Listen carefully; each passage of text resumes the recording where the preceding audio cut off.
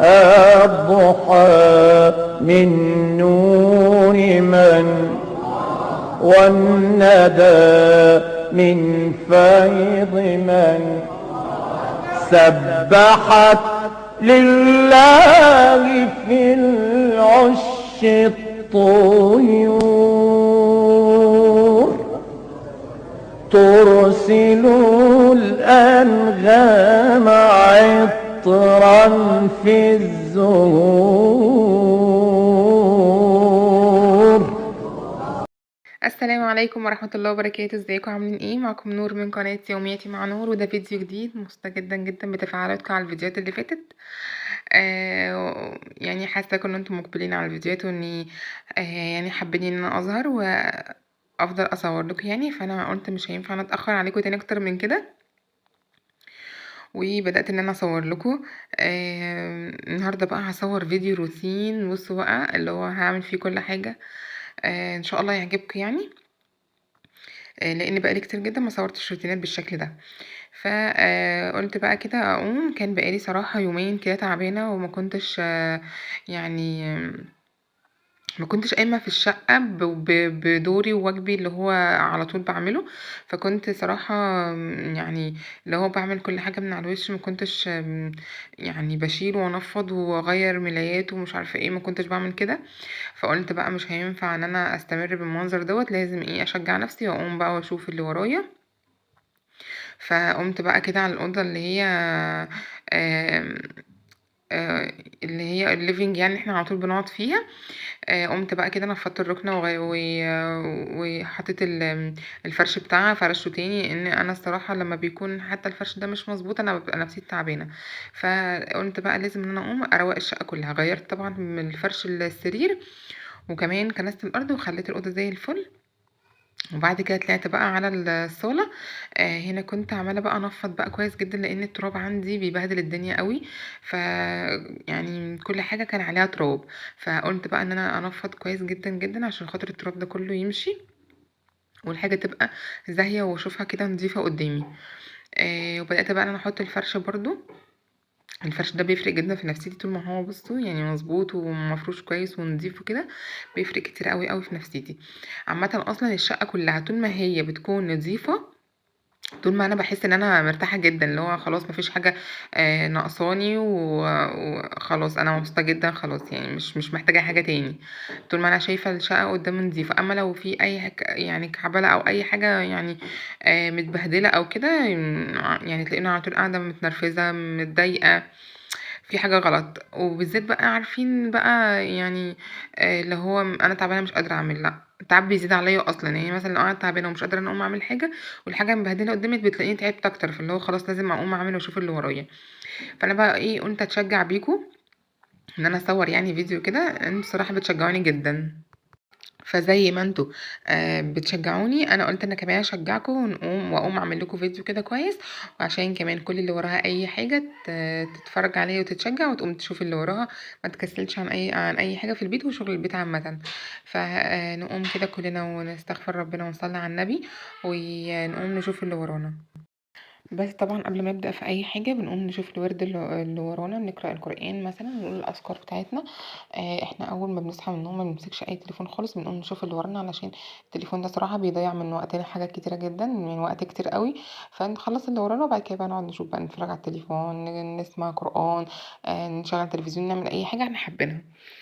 فكده خلاص خلصت هنا الكنبة الكبيرة والكنبة كمان الصغيرة، وظبطت الدنيا وظبطت الفرش، وهبتدي ان انا احط بقى المخدات مكانها.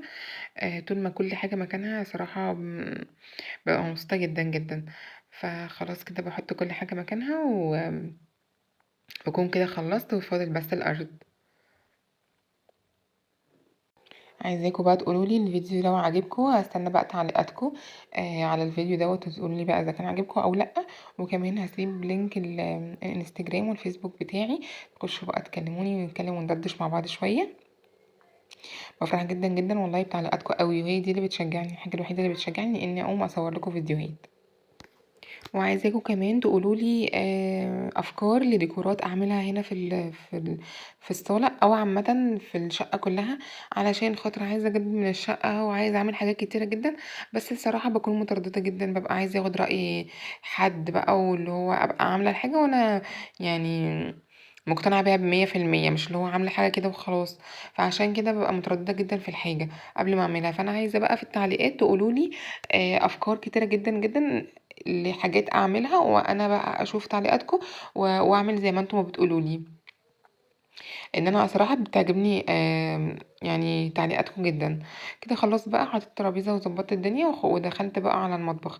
المطبخ صراحه كان كارثه كارثه جدا في المطبخ والله. بس انا عشان كنت تعبانه يعني تكسلت بس يوم عن المطبخ بقى بالمنظر ده. فتقريبا كانت المطبخيه كلها والمطبخ وكل حاجه في الحوض.